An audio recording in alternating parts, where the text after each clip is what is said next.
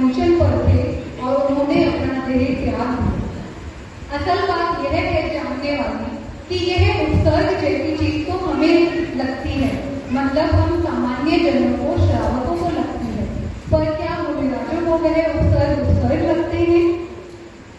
ऐसा शास्त्रों में भी कहा गया है कि हर तीर्थंकर के काल में 10 ऐसे मुनिराज होते हैं जो कि अनुत्पादित महामुनिराज होते हैं, जो कि घोर उत्सर्ग सहनकर सर्वार्थ सिद्धि तक में देव जाने बढ़ते हैं। तो एक ऐसे ही मुनिराज, सुकुमार मुनिराज की कहानी आज हम एक नाटिका के माध्यम से आप सबके सामने प्रस्तुत करने जा रहे हैं।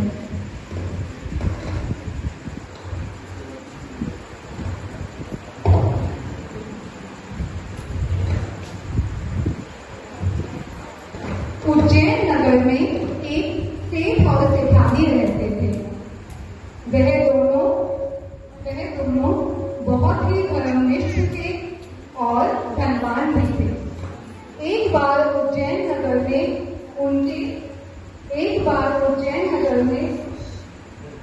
उनके वहां मुनिराज का आगमन हुआ। मुनिराज के दर्शन के हेतु वह दोनों वन में गए और उनके दर्शन किए और साथ ही उनसे अपने होने वाले पुत्र के बारे में पूछा और अपने आत्मा के कल्याण के बारे में जाना।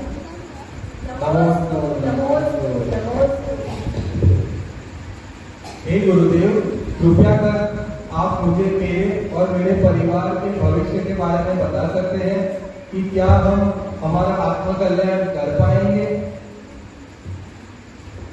हे भव्य आत्मा, जिस दिन तुम अपने होने वाले पुत्र का मुख प्रथम बार देखोगे, उसी दिन तुम्हें वैराग्य प्राप्त कर दोगे और जिस दिन तुम्हारा पुत्र भी किसी दिगंबर मुनि के प्रथम दर्शन करेगा, वह भी उस दिन मुनि दीक्षा धारण करेगा।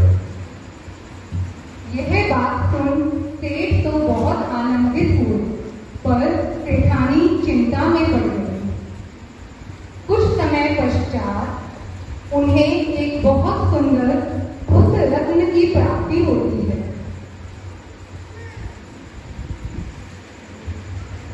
जब सेठ पुत्र का मुख पहली बार देखते हैं, उन्हें देखते ही वैराग्य उत्पन्न हो जाता है और जाति स्मरण ज्ञान हो जाता है और वह इस असार संसार को छोड़कर वन में जाने का निर्णय लेते हैं।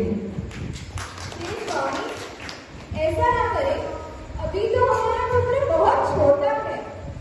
नहीं, मत जाइए, रुक जाइए स्वामी, हम आपके बिना कैसे जिएंगे? पर उनके कितनी ही विनती करने पर सेठ पर कोई असर ना हुआ, क्योंकि वैराग्य की भावना उनके उमड़ चुकी थी। कहा भी गया है, वैरागियों का राग ज्ञानियों को कैसे प्रभावित करेगा। मेरे स्वामी तो चले गए, पर मैं अपने पुत्र को अपने आप से कभी दूर नहीं होने दूंगी। उसे घर के बाहर कदम भी नहीं रखने दूंगी। सारी सुख सुविधाएं उसे घर में ही प्राप्त कराऊंगी, जिससे वह कभी किसी मुनिराज के दर्शन ही ना कर पाए।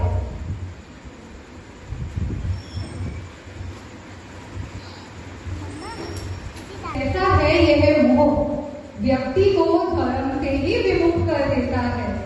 पर समय की लीला देखिए, जो होना है वह तो होना ही है। अब वह पुत्र बड़ा हो गया है, उनका नाम सुकुमार है, और जैसा उनका नाम है वैसा ही उनका लालन पालन है। उन्हें सभी सुख सुविधाएं घर में प्राप्त है। उनकी काया इतनी कोमल है कि एक दीपक की रोशनी मात्र भी उनकी आंखों में चुभा करती थी। एक राई तक का दाना भी उनके पद्म को पीड़ा पहुंचाता था। वह माँ के बहुत दुलारे थे और घर की सभी सुख सुविधाओं में अच्छे से पले बढ़े थे।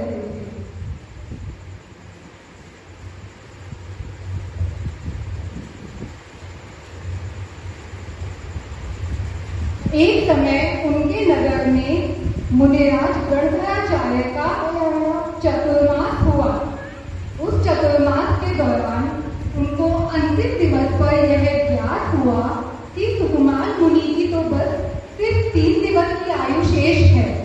तो इसी चीज के लिए वह उनके घर के नजदीक जाकर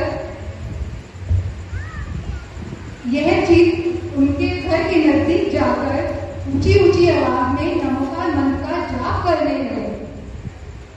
नमो अरिहंतारं, नमो सिद्धारं, नमो वायुयानं, नमो वज्रायानं, नमो रोहितवसानं, नमो अरिहंतारं। मुनिराज को देखते ही उन्हें जाति स्मरण ज्ञान हो गया और वह धीमे धीमे कदमों से पहरेदार से बचते हुए महल से बाहर गए और अपने धीमे धीमे कदमों से चलते हुए वन की ओर आते हैं और उनके जाति स्मरण ज्ञान के होने से उन्हें अपने पिछले सभी भक्त सामने दिखने लगे और उनको इस संसार की असारता का अनुभव हो गया। वह वन में काटे भरे वन में उस सुकोमल काया के सुकुमार मुनि काटे भरे वन में चलते हुए आते हैं और मुनिराज के समक्ष आकर बैठ जाते हैं। मुनिराज के सामने उन्होंने उनसे कुछ कथन सुना, कुछ चर्चा की और अपने ज्ञान की वृद्धि को और अपने वैराग्य की वृद्धि को बढ़ाकर वह अपने पग से चलते हुए वन की ओर प्रस्थान कर जाते हैं। क्या कहना है इस चीज का कि जो सुकुमार मुनि घर में अपने एक सिर्फ और सिर्फ कमलपत्र पर ही पके हुए चावल खा पाते थे, आज वह मुनिराज भूख प्यास से ही और अपने कोमल चरणों से चलकर जहाँ पे कि वन के कांटे उनको इस प्रकार चुभ गए हैं कि उनके पैरों से लहू की धारा बह रही है, पर वह ध्यान में लीन हो जाते हैं। तभी जंगल में एक सियाली गीदड़ उनके रक्त की गंध सुनते सुनते उनके नजदीक आ पहुंचती है और मुनिराज को देखते हुए बोलती है,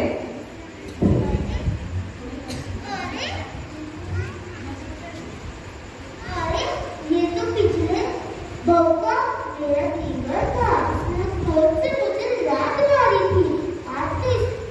आज तो मैं पर्दा लेके रहूंगी।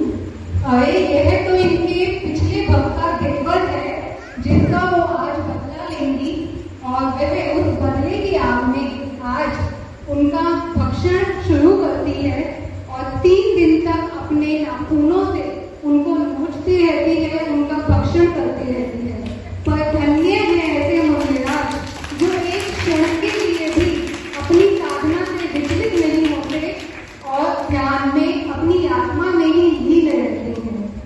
धन्य है ऐसे मुनिराज, धन्य है उनकी साधना।